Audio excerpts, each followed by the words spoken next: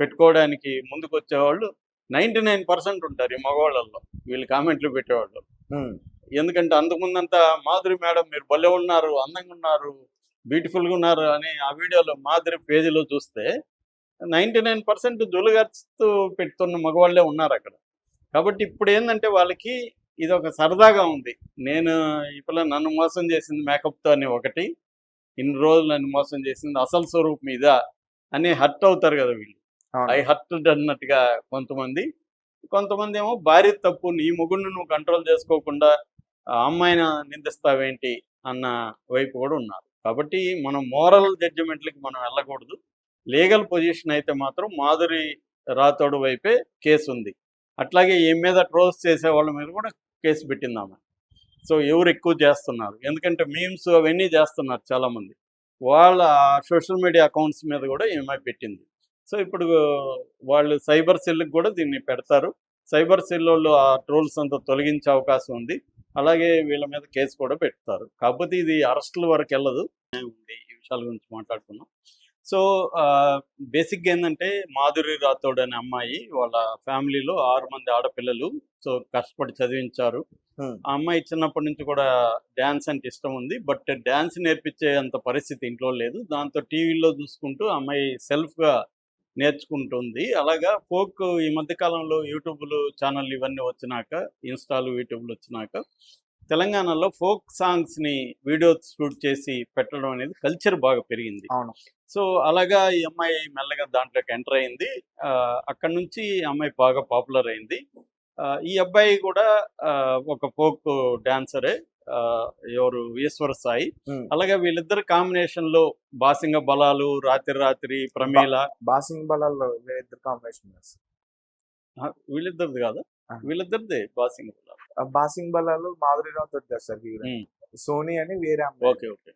So ఈ అబ్బాయి దాంతో పాపులర్ అయ్యాడు. వీళ్ళిద్దరు రాత్రి రాత్రి, ప్రమీల, తర్వాత ఇంకొన్ని పాటలు వచ్చాయి. దాదాపు 3-4 చేసినట్టున్నారు ఇద్దరు కలిసి. సో అయితే ఈ అమ్మాయి మిగతా కో ఆర్టిస్టులు అందరితో కూడా సరదాగానే ఉండేది.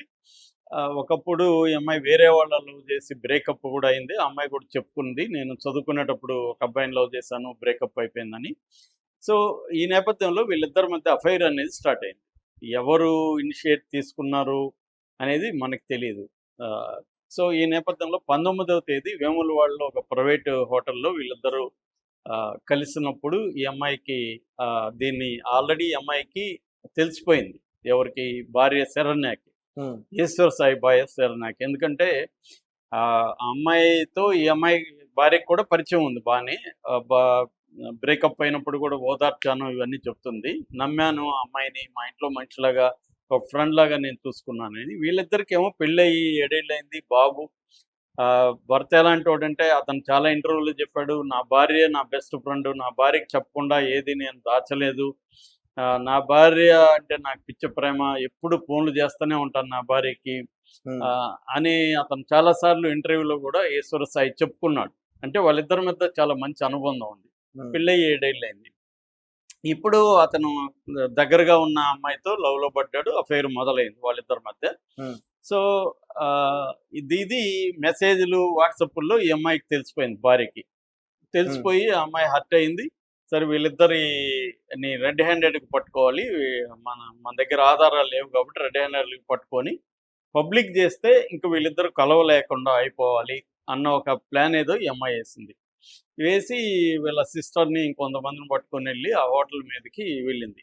మరి తలుపు ఎవరు తీశారు ఏంటి అవన్నీ తెలియదు. ఇతనేమో వెళ్ళిన టైంకి ఇతను బాత్రూంలో ఉన్నాడు, అమ్మాయి బెడ్ లో కూర్చుంది. ఆ అమ్మాయి ముఖం చూస్తే షాక్ అయింది. ఆ అమ్మాయి ఎక్స్పెక్ట్ చేయలేదు, షాక్కి గురైపోయింది, అలాగే ఉండిపోయింది.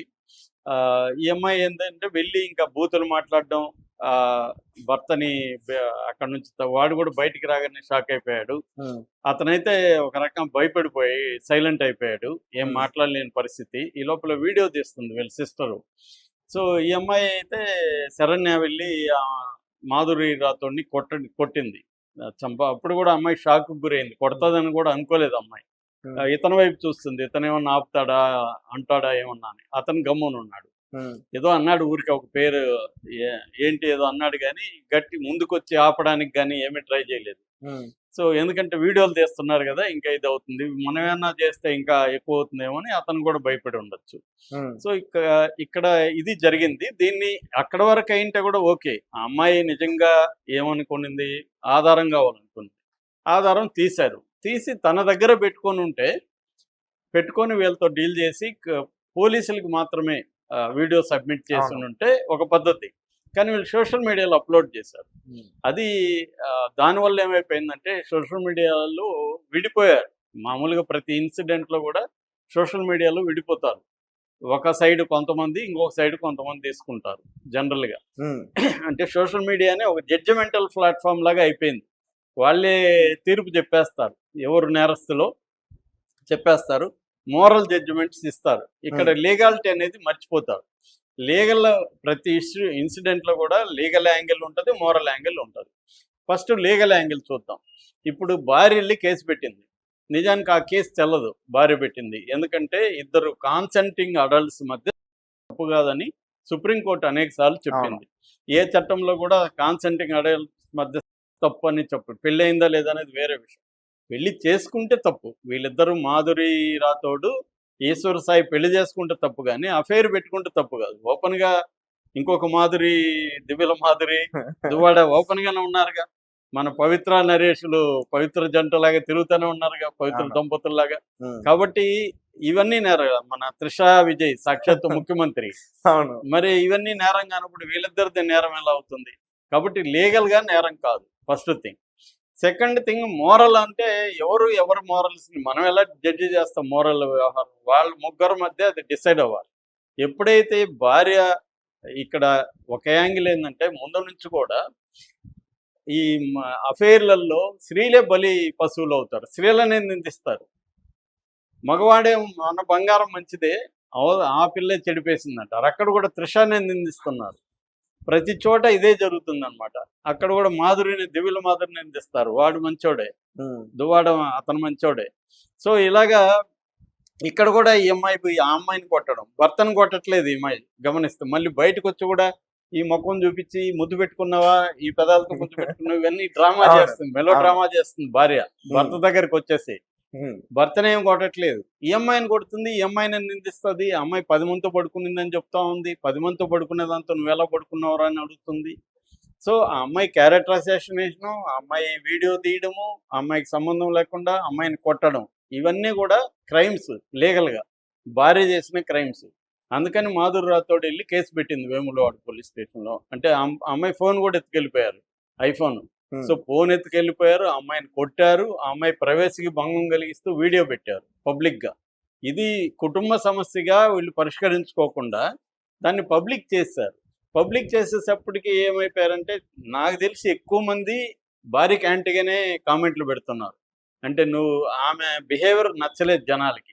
ముఖ్యంగా అమ్మాయిని కొట్టడం నచ్చలేదు, మొగుడు మంచోడే అనడం నచ్చలేదు. తప్పంటే ఇద్దరిది.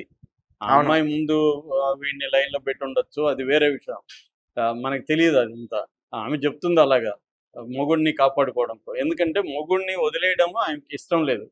ఎందుకంటే వీడు ఎక్కడికి పోడు, వీడేదో పెట్టుకున్నాడులే, మళ్ళీ మూసుకొని నాతో ఉంటాడనే కాన్ఫిడెన్స్ ఆమెకుంది. భర్తకి ఏంటంటే ఏదో సరదాగా ఎంజాయ్ చేద్దాం అమ్మాయితో అనుకున్నాడు. భార్యను వదిలేయాలని అతనికి కూడా లేదు. అతనికి ఉంటే అతను అగ్రెసివ్గా డీల్ చేసి ఉండేవాడు అక్కడే. అతనికి భార్యను వదిలేయాలనేది లేదు. కాబట్టి అతను ఒక అఫైర్ కంటిన్యూ ఏదో సరదాగా పెట్టుకున్నాడు. ఆ అమ్మాయి, ఇద్దరు వర్క్ ప్లేస్ రొమాన్స్ అంటారు దీన్ని. ఇది అన్ని ఫీల్డ్లో ఉంటుంది.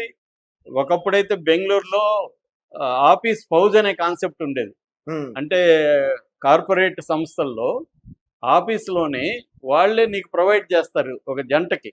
వాళ్ళిద్దరికి వేరే వాళ్ళతో పెళ్ళి అయి ఉంటుంది. ఇక్కడ వీళ్ళిద్దరు ఆఫీస్లో రొమాన్స్ చేసుకోమని, అంటే మీరు మాకు ఎక్కువ వర్క్ చేయండి, మధ్యలో రొమాన్స్ చేసుకోండి అని ప్రొవైడ్ చేసేవాళ్ళు. దీన్ని ఆఫీస్ పౌజ్ అని కూడా పిలిచారు అనమాట. సో ఇవి వర్క్ ప్లేస్లో ఇద్దరు కలిసి ఎక్కువ పనిచేయాలి. ఇప్పుడు వాళ్ళ భార్య కంటే కూడా ఇతను ఈఎంఐతో ఎక్కువ టైం గడుపుతున్నాడు అనుకో రోజులో వర్క్ ప్లేస్లో. మనం అట్లా కాదు, ఇప్పుడు మన ఇద్దరం ఇక్కడ 9-10 గంటలు ఉంటాం ఆఫీస్లో అనుకుందాం. ఇంట్లో భార్యతో గడిపేది తక్కువ ఉంటుంది, ఆఫీసులో కొలీగులతో గడిపేది ఎక్కువ ఉంటుంది. అలాగా క్లోజ్ అవుతారు. క్లోజ్ అయినప్పుడు అఫైర్ పెట్టుకుంటారు. సో ఇది కామన్ అన్ని చోట్ల. ఇక్కడ ఇప్పుడు భార్య ఆమె వైపు నుంచి చూసినప్పుడు ఆమె కుటుంబం కొలాప్స్ అయిపోతుంది, వీడు అఫేర్ పెట్టుకొని ఆమెతో సెటిల్ అయిపోతే నా లైఫ్ ఏం కావాలి, కొడుకేమో అనేదే మనం అర్థం చేసుకోవచ్చు. ఆమె కరెక్ట్గానే ఆలోచించింది. కానీ ఆమె నా భర్త మంచోడు, అమాయకుడు, మందు కూడా తాగడు, ఆ పిల్లే వల్ల వేసుకున్నది, ఇదంతా పాత చింతకాయ పచ్చడి వ్యవహారం. మందు పెట్టేసేవాడిని, అప్పుడు భర్తలకు కక్కిచ్చేవాళ్ళు కూడా. మా చిన్నప్పుడు చూసేవాళ్ళు, మా ఫాదర్ దగ్గరికి తీసుకొచ్చి మందు పెట్టేశారని కక్కిచ్చేవాళ్ళు ఏదో పెట్టి. ఇవన్నీ చూసేవాళ్ళు నేను చిన్నప్పుడు. అంటే వీడేం మంచోడే అని చెప్పి ఇక్కడ వీడిని విక్టిమ్ చేసి అవతల వాళ్ళని నిందితురాలుగా చేయడం అనేది ఎప్పటి నుంచో సమాజంలో ఉంది. అదే రోలు ఇవి చేసుకుంది. అక్కడ వ్యతిరేకత వచ్చింది. మాధురికి ఎటువంటి ప్రాబ్లం వచ్చిందంటే మేకప్. ఈ అమ్మాయి మేకప్ లేకుండా మామూలుగా ఉంది. ఎక్కువ మేకప్లోనే చూసారు ఆ అమ్మాయిని. మేకప్లో ఎర్రగా ఉండడం, స్కిన్ అంతా మెరిసిపోతూ ఉండడం అలాగే ఉంది. ఇక్కడికి వచ్చేసరికి మామూలుగా అమ్మాయి నల్లగా ఉంది, మేకప్ లేకుండా ఉంది. దాంతో దీన్ని ట్రోల్ చేస్తున్నారు ఎక్కువ మంది. ఈ అమ్మాయిని చూపించి అవి చేస్తున్నారు. దాంతో ఇప్పుడు ఆ అమ్మాయి హర్ట్ అయింది. అంటే నన్ను వీడియో బయట పెట్టడం వల్ల కదా ఇప్పుడు కెరీర్ కూడా ఇబ్బంది అవుతుంది. నిజంగా ఆ వీడియోలు చూస్తే ఒకవేళ రేపొద్దున అమ్మాయి ఆత్మహత్య చేసుకుంటే, సో భార్య చేసింది ఖచ్చితంగా ఆ యాంగిల్లో తప్పు.